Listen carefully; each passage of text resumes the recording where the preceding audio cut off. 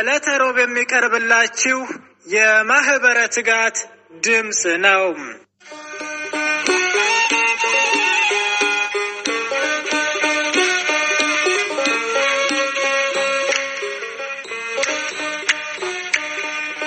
በስመ አብ ወወልድ ወመንፈስ ቅዱስ አሃዱ አምላክ።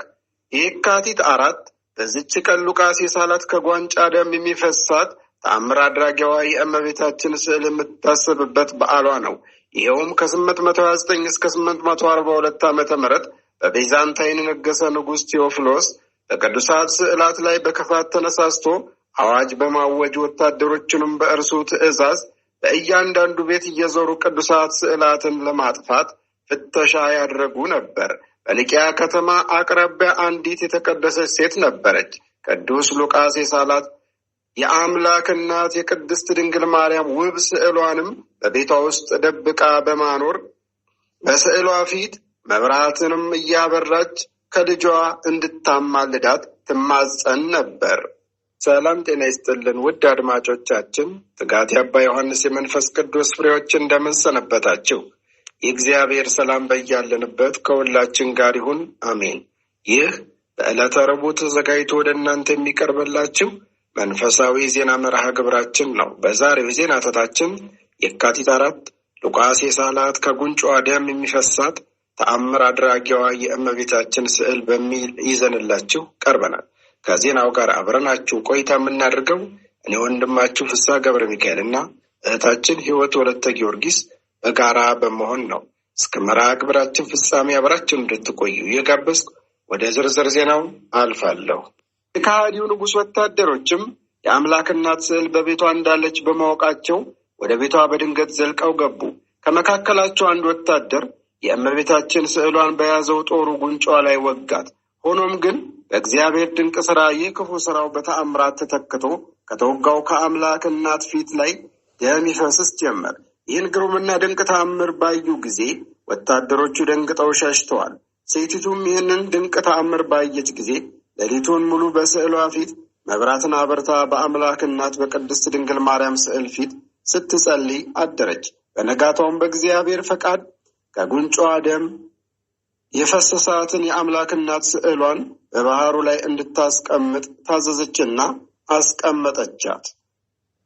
ስዕሏን በባህሩ ላይ በመንሳፈፍ በማዕበል እየተነዳች ያለምንም መስጠምና መርጠብ ወደ ምዕራብ አቅጣጫ ጉዞዋን አድርጋ ወደ አቶስ ደረሰች። ጊዜያቶችም ካለፉ በኋላ ከዕለታት በአንዳቸው ምሽት በአቶስ ተራራ በአይቬሮን ገዳም መነኮሳት የብርሃን ምሰሶ በባህሩ ላይ ተተክሎ እንደ ፀሐይ ሲያበራ ተመለከቱ። ይህን ተአምር ለተከታታይ ቀናቶች በመቀጠላቸው በዚያን የተቀደሰ ተራራ በምናን ያሉ አባቶች ሁሉ በአንድ ላይ ተሰብስበው በማድነቅ የብርሃን ምሰሶ ወደ ተተከለበት የአምላክ እናት ስዕል በላዩ ላይ ወደ ተንሳፈፈበት ወደ ባህሩ በመውረድ ወደ ስዕሏ ለመጠጋት ቢሞክሩም ስዕሏ ወደ ኋላዋ እየተመለሰች ሊያነሷት አልተቻላቸውም።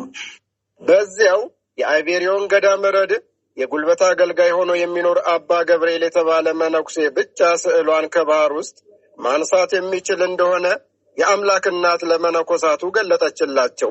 በተመሳሳይም ለአባ ገብርኤል እመቤታችን ተገልጣለት ወደ ባህሩ ሂድ፣ ማዕበሉንም ሳትፈራ በባህር ውስጥ በእምነት ተጓዝ፣ እናም ሁሉን ለዚህ አንተ ለላክበት ገዳም ያለችን ፍቅርና ርኅራኄ ምስክር እንዲሆኑ ስዕሌን ከባህር አውጣ በማለት ነገረችው።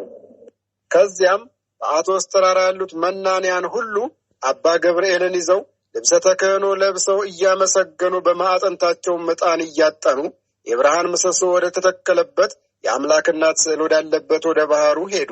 አባ ገብርኤልም በደረቅ መሬት ላይ እንደሚጓዝ ያለምንም ፍርሃት ወደ ባህር ውስጥ በመግባት በናፍቆት ሆኖ የአምላክ እናት የቅድስት ድንግል ማርያምን ስዕሏን በደረቱ ታቅፎ ተሳለማትና ወደ ባህሩ ዳርቻ ይዟት ወጣ። እነሱም በደስታ ሆነው እጅ ነሷት። ከዚያም ማክሰኞ በጠዋቱ ስዕሏ ባረፈበት ቦታ ላይ በሚያመሰግኑበት ጊዜ ቀዝቃዛና ጣፋጭ ውሃ ከምድር ላይ ፈለቀላቸው። ከዚያም የእመቤታችን ስዕሏን በታላቅ ክብር በምስጋና ይዘው በመሄድ ወደ ቤተ መቅደስ አግብተው በመንበሩ ላይ አስቀመጧት። ነገር ግን በነጋታው መነኮሳቱ ወደ ቤተ መቅደስ ገብተው መብራት ሲያበሩ የእመቤታችን ስዕሏን ባስቀመጡበት ቦታ አላገኟትም። ይልቁንም በመግቢያው በር ባለው ግድግዳ ላይ ተሰቅላ አገኟት። እነርሱም መልሰው ቦታዋ ላይ ቢያኖሯትም ተመልሳ በገዳሙ መግቢያ ላይ ተሰቅላ ያገኟት ነበር። ከዚያም እመቤታችን ለአባ ገብርኤል ተገልጻለት ለወንድሞችህ እንዲህ ብለህ ንገራቸው፣ ከዚህ በኋላ ስዕሌን ማግባት የለባቸውም። የእኔስ ፈቃድ በእናንተ ልጠበቅ ሳይሆን እኔን በምልጃዬ ጥላ ከዚህም ዓለም በወዲያኛውም ዓለም ልጋርዳችሁ እንጂ ስዕሌንም በገዳሙ በምታዩበት ጊዜ ሁሉ የልጄ ምሕረትና ጸጋ ከእናንተ ጋር አይቋረጥም አለችው። ትጋትንም ሁሉ እያሳያችሁ በእምነታችሁ በጎነትን ጨምሩ፣ በበጎነትም ዕውቀትን፣ በዕውቀትም ራስን መግዛትን፣ ራስንም በመግዛት መጽናትን፣ በመጽናትም እግዚአብሔርን መምሰልን፣ እግዚአብሔርንም በመምሰል የወንድማማችን መዋደድ፣ በወንድማማችን መዋደድ ፍቅርን ጨምሩ። ሁለተኛ የጴጥሮስ መልእክት ምዕራፍ 1 ከቁጥር 5 እስከ 7። ውድ አድማጮቻችን ትጋት የአባ ዮሐንስ የመንፈስ ቅዱስ ፍሬዎች እነሆ ዘገባችን እንደቀጠለ ነው። ቀጣዩ ዘገባ እህታችን ሕይወት ወለተ ጊዮርጊስ ታቀርብልናለች። በድጋሚ አብራችሁን ቆዩ።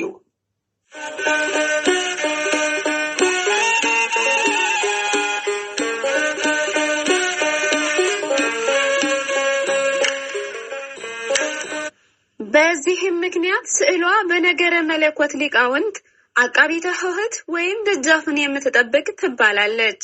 መነኮሳቱም ይህንን ሰምተው በእጅጉ በመደሰት ለአምላክ እናት ለእመቤታችን ክብር በገዳሙ በር አጠገብ አነስ ያለች ቤተ ክርስቲያን ሰርተው ገባሪተ ተአምራት ወመንክራት ድንቅ ተአምር አድራጊዋን የአምላክ እናት ቅድስት ድንግል ማርያምን ስዕሏን ወደ ውስጥ አስገቧት።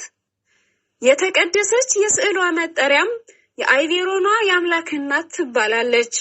ከዚያም በአይቬሮን ገዳም ያለችው የእመቤታችን ስዕል ድንቅ ተአምር በዓለም ሁሉ ላይ ከተሰማ በኋላ በረከቷን ለማግኘት ክርስቲያኖች ወደዚያች ገዳም መሄድን ጀመሩ። ይህ የተቀደሰ ስዕሏና ታሪኳም ኢትዮጵያን ጨምሮ በዓለም ሁሉ ላይ ተሰማ። ዛሬም ምዕመናን ይማጸኑበታል።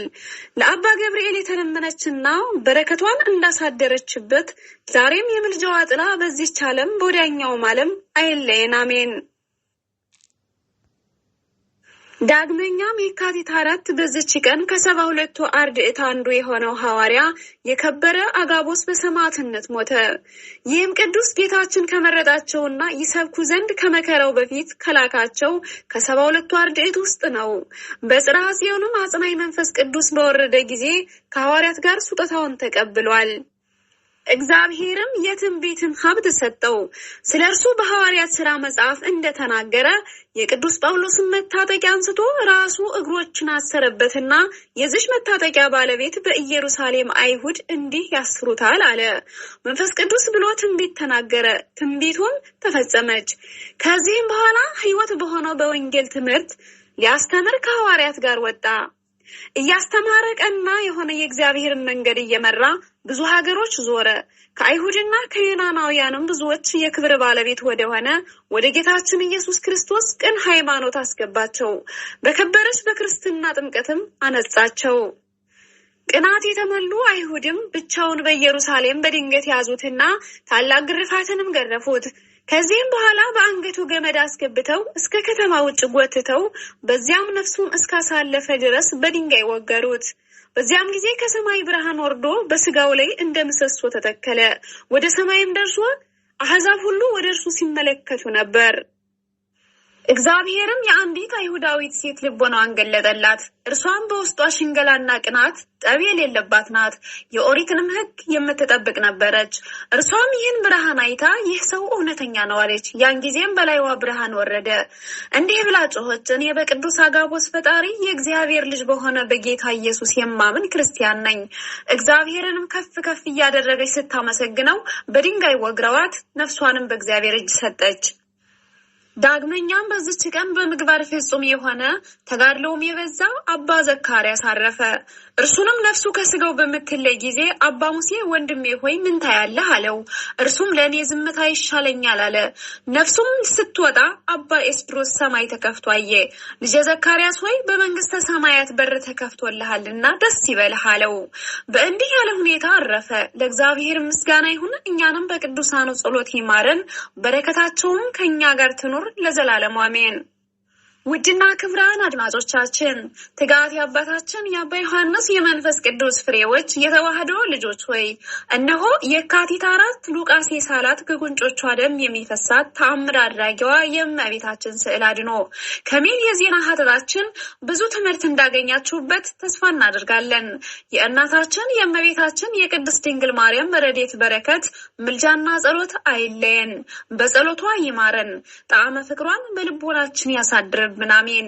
የአስራት ሀገሯን በመከራ ውስጥ የምትገኝ ሀገራችን ኢትዮጵያን ከጥፋት ተጠብቅልን፣ ትንሣኤዋን ያሳየን። አሜን። ሰላም ወስብሐት ለእግዚአብሔር ወለወላዲቱ ድንግል ወለመስቀሉ ክቡር አሜን። ይቆየን።